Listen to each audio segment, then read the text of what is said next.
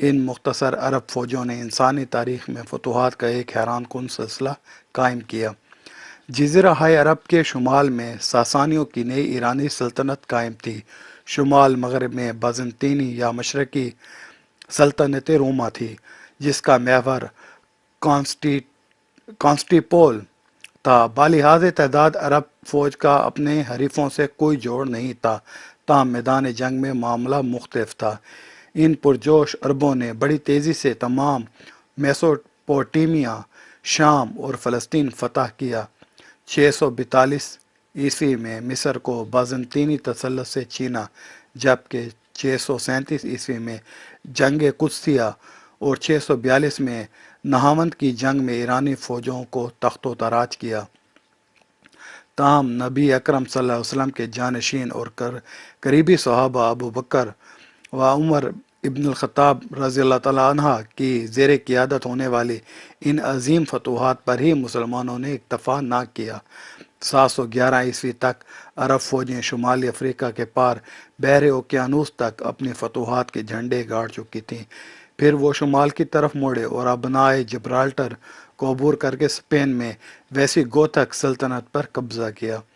ایک دور میں تو یوں معلوم ہوتا تھا کہ مسلمان تمام مسیحی یورپ پر قابض ہو جائیں گے، تاہم 732 میں طور کی مشہور جنگ میں جب کہ مسلمان فوجیں فراس میں داخل ہو چکی تھی، فرانک کی قوم کی فوجوں نے انہیں بالآخر شکست فاش دی۔ جنگ و جدل کی اس صدی میں ان بدوی قبائل نے نبی کے الفاظ سے حرارت لے کر ہندوستان کی سرحدوں سے بحر اوقیانوس تک ایک عظیم سلطنت استوار کر لی۔ اتنی بڑی سلطنت کی اس سے پہلے تاریخ میں کوئی مثال نہیں ملتی۔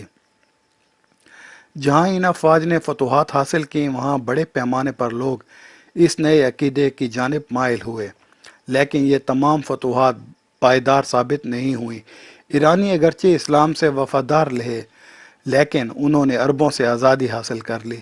اسپین میں 7 صدیاں خانہ جنگی جاری رہی اور بالآخر تمام جزیرہ ہائے اسپین پر بھی مسیحی غلبہ ہو گیا۔ قدیم تہذیب کے یہ دو گہوارے میسوپوٹیمیا اور مصر عربوں کے تسلط میں ہی رہے۔ یہی پائیداری شمالی افریقہ میں بھی قائم رہی۔ اگلی صدیوں میں یہ نیا مذہب مسلم فتوحات کی حقیقی سرحدوں سے بھی پرے پھیل گیا۔ آج افریقہ اور وسطی ایشیا میں اس مذہب کے کروڑوں پیروکار موجود ہیں۔ یہی حال پاکستان، شمالی ہندوستان اور انڈونیشیا میں بھی ہے۔ انڈونیشیا میں تو اس مذہب نے ایک متحد کر دینے والے عنصر کا کردار ادا کیا۔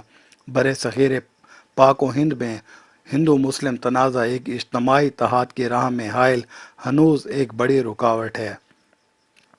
سوال یہ ہے کہ ہم کس طرح انسانی تاریخ پر حضرت محمد صلی اللہ علیہ وسلم کے اثرات کا تجزیہ کر سکتے ہیں۔ تمام مذاہب کی طرح اسلام نے بھی اپنے پیروکاروں کی زندگیوں پر گہرے اثرات مرتب کیے۔ یہی وجہ ہے کہ قریب سبھی عظیم مذاہب کے بانیان اس کتاب میں شامل ہیں۔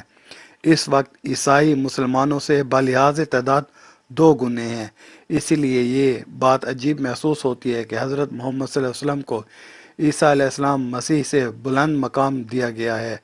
اس فیصلے کی 2 بنیادی وجوہات ہیں۔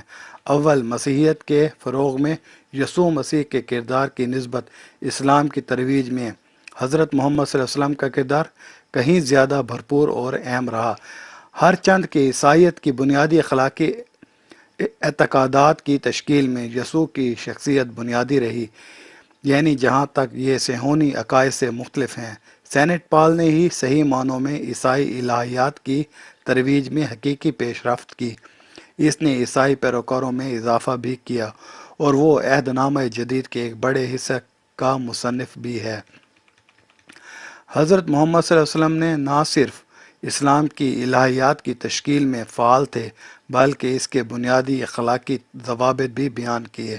علاوہ ازیں انہوں نے اسلام کے فروغ کے لیے بھی مساعی کی اور اس کی مذہبی عبادات کی بھی توضیح کی۔ حضرت مسیح کے برعکس حضرت محمد صلی اللہ علیہ وسلم نہ صرف ایک کامیاب دنیا دار تھے، بلکہ ایک مذہبی رہنما بھی تھے۔ فی الحقیقت وہی عرب فتوحات کے پس پشت موجود اصل طاقت تھے۔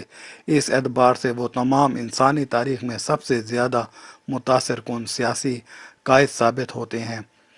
بہت سے اہم تاریخی واقعات کے متعلق کہا جا سکتا ہے کہ وہ ناگزیر تھے، اگر ان کی رہنمائی کرنے والا کوئی خاص سیاسی قائد نہ بھی ہوتا وہ پکی وقوع پذیر ہو کر ہی رہتے۔ مثال کے طور پر اگر سائمن بولیور کبھی پیدا نہ ہوتا پھر بھی شمالی امریکی کالونیاں اسپین سے آزادی حاصل کر ہی لیتیں۔ لیکن عرب فتوحات کے بارے میں ایسا نہیں کہا جا سکتا ہے۔ حضرت محمد صلی اللہ علیہ وسلم سے پہلے ایسی کوئی مثال موجود نہیں ہے۔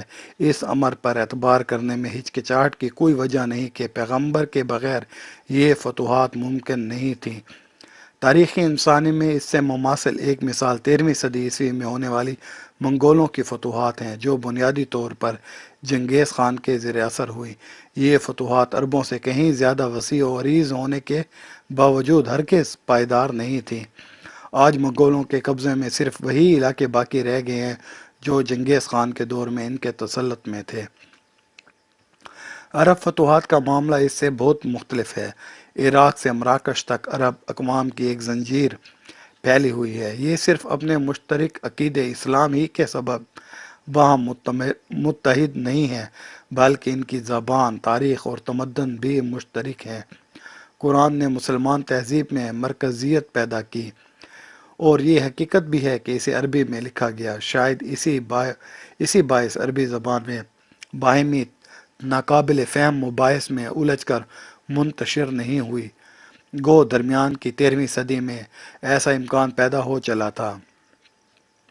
بلا شبہ ان عرب ریاستوں کے بیچ اختلافات اور تقسیم موجود ہے، یہ بات قابل فہم بھی ہے، لیکن یہ جزوی بعد ہمیں اتحاد کے اہم عناصر سے صرف صرف نظر کرنے پر مائل نہیں کر سکتا جو ہمیشہ سے موجود رہے۔ مثال کے طور پر ایران اور انڈونیشیا دونوں تیل پیدا کرنے والے اور مسلمان ممالک ہیں، لیکن 1973-74 کے موسم سرما میں ہونے والے تیل کی تجارت کی بندش کے فیصلے میں شامل نہیں تھے۔ یہ محض اتفاق نہیں ہے کہ تمام عرب ریاستیں اور صرف عرب ریاستیں ہی اس فیصلے میں شریک تھیں۔ ہم جانتے ہیں کہ 7ویں صدی عیسوی میں عرب فتوحات کے انسانی تاریخ پر اثرات ہنوز موجود ہیں۔ یہ دینی اور دنیاوی اثرات کا ایسا بے نظیر اشتراک ہے جو میرے خیال میں حضرت محمد صلی اللہ علیہ وسلم کو انسانی تاریخ میں سب سے زیادہ متاثر کن شخصیت کا درجہ دینے کا جواز بنتا ہے۔